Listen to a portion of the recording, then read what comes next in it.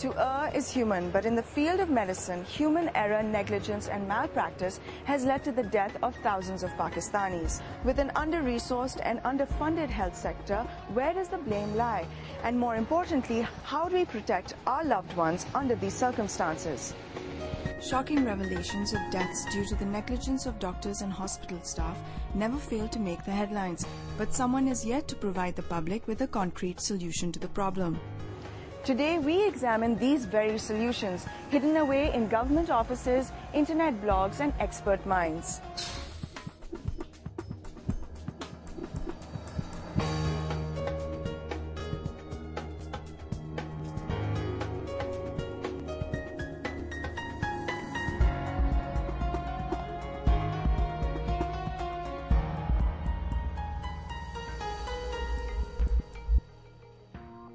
(370 BC), island of Kos, Greece.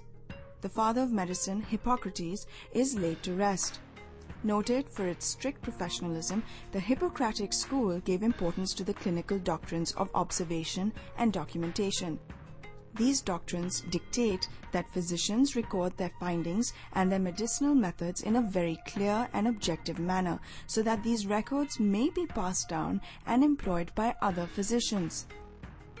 2,379 years later, in present-day Pakistan, the codes laid down by Hippocrates are still far from sight. Unfortunately, in Pakistan, we do not keep a record of the errors for one reason or another. If you are going to do a task, it may have an error rate of 1 in 1 million, or it can have an error rate of 1 in 1,000. It will likely to happen once something will go wrong. Even the 50% of the doctors working in Pakistan don't have a valid registration.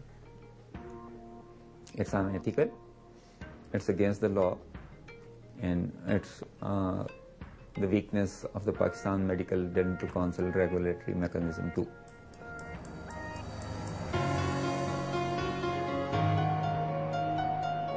As the word describes, malpractice, you're doing a wrong kind of practice, and that is many things involved in it. For example, a surgery is not required and you do a surgery. If a person is not properly trained, he doesn't take proper care, and if knowing his limitations, he wants to go for a job which he has not been trained, it's his medical negligence.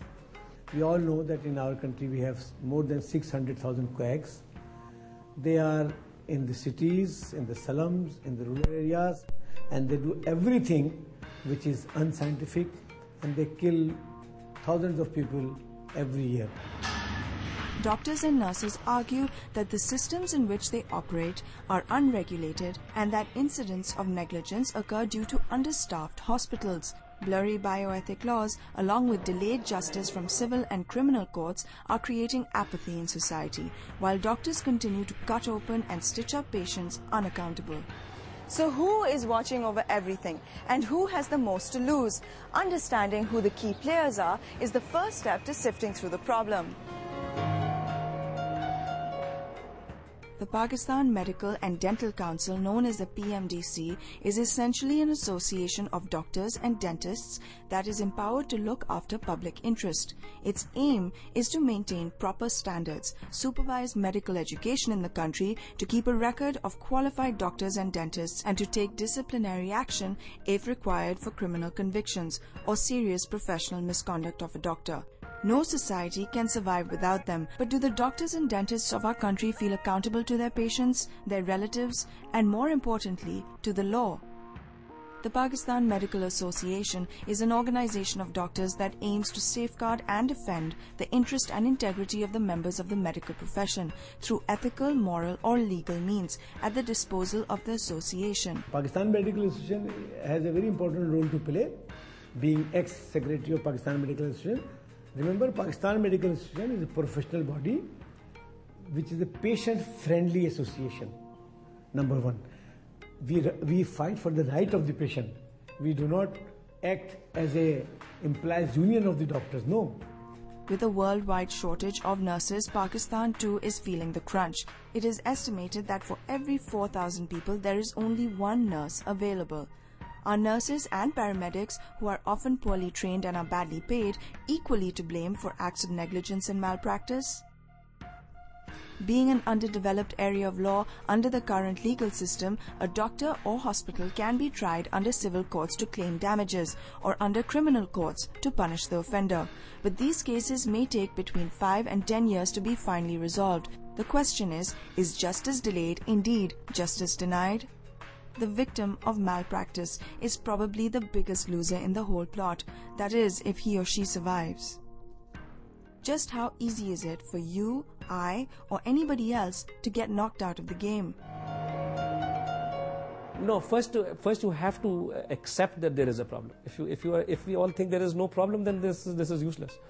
This might be true, yet the execution of service delivery in the medical field continues to have enormous margins of error.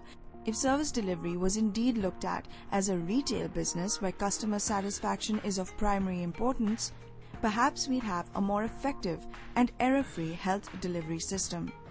Believe it or not, but a flight on a commercial jet plane might be one of the safest things you do in the course of your life. In fact, statistically, it is proven that the flight might actually be safer than your ride to the airport. In an ICU, for a number of healthcare activities that you do, and if your error rate is 0.01%, and if you now translate this into an aircraft, say for example in Chicago O'Hare flying, if you have that same error rate, you will have 2 crash landings a day. If you take it into a banking system, you will lose at 16,000 checks a day. So you can imagine how much more error-prone the medical delivery of healthcare is. Aviation and healthcare are both incredibly high-risk industries. Yet, in the US alone, according to the Institute of Medicine, between 44,000 and 98,000 people die in hospitals each year due to preventable medical errors.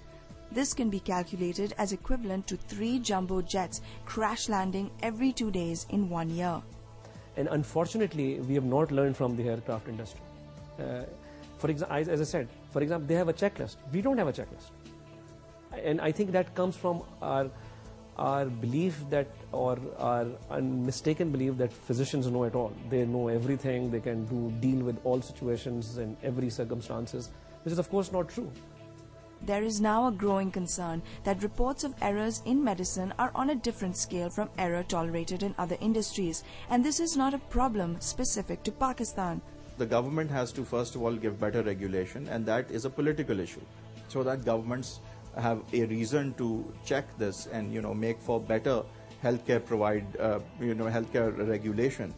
And then on the judicial side, more cases come in and the courts find that this is a real social problem, and remedies have to be evolved and found in common law, and thus this whole area would be developed both politically and legally. After the break, we take a look at how the aviation industry has much to teach us about safety.